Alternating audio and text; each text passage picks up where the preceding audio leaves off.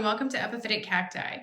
Today I figured we'd talk about the hybrid Natasha Paetz. I have actually wanted this hybrid for a really long time, and the reason why I've been kind of obsessed with this hybrid is really, I like these spidery flowers. I've always had a thing for the long, slender, petaled flowers, and also this color.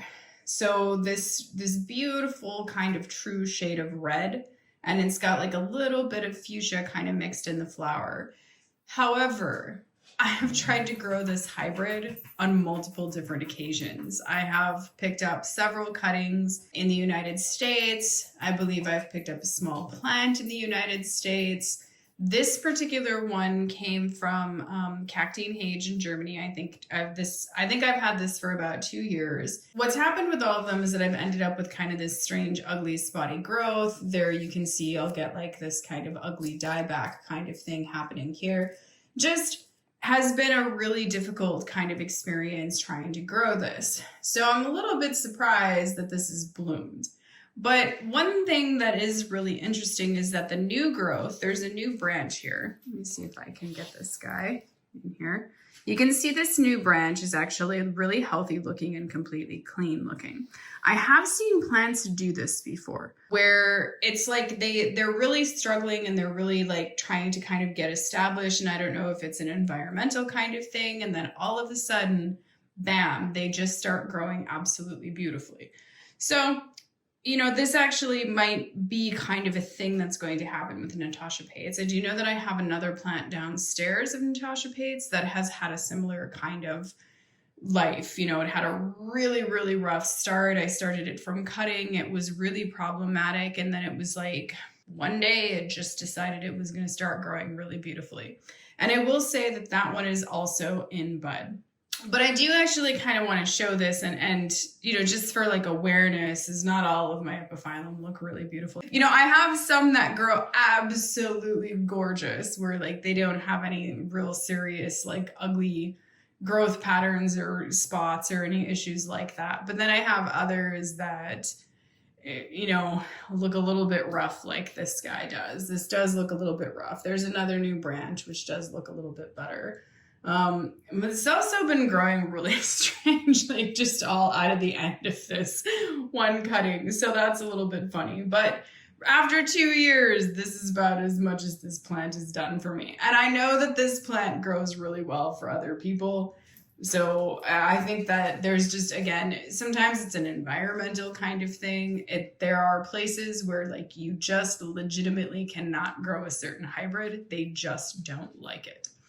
Having said that, I don't think that I'll give up on this one just because, you know, now that I've seen the flower, I'm kind of really in love with it. I really, really like this red color. So why don't we zoom in and take a closer look at this little flower.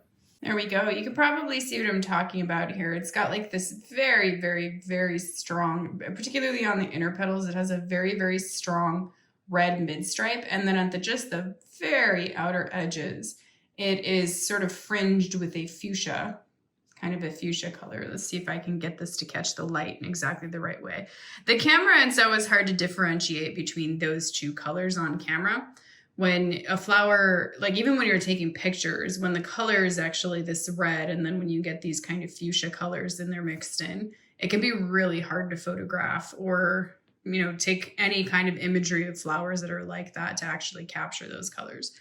But there you can kind of see that there is that real strong red midstripe, and then just on the very edges you get that kind of fuchsia color, and that's on the inner petals. Once we go out to these further out to these outer petals here, you'll see that they really are just more of a solid red. And then as we go back again, all the outer petals after that, because there's just a single row of them, they're all just kind of that solid red and a little bit narrower. And if we turn it to the side a little bit here, you can see the back side. It's truly just very red. And again, I think that my real love for this flower is going to be over this color. I really like it. It's very strong, like I said, it's very strong red. So it's considerably more reminiscent to me, I think, of like a ruby red because it has those little tinges of fuchsia in it. So absolutely gorgeous. I don't think it's fragrant.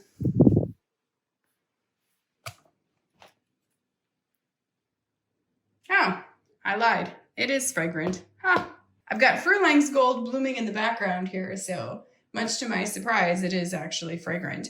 And this is also a Disocactus macranthus hybrid. So again, it's got that kind of citrus blossom kind of scent, a little bit reminiscent of the Sambac jasmine, real sweet, real beautiful scent. So there you have it. There would be another reason why this hybrid is absolutely fantastic, because it's also fragrant.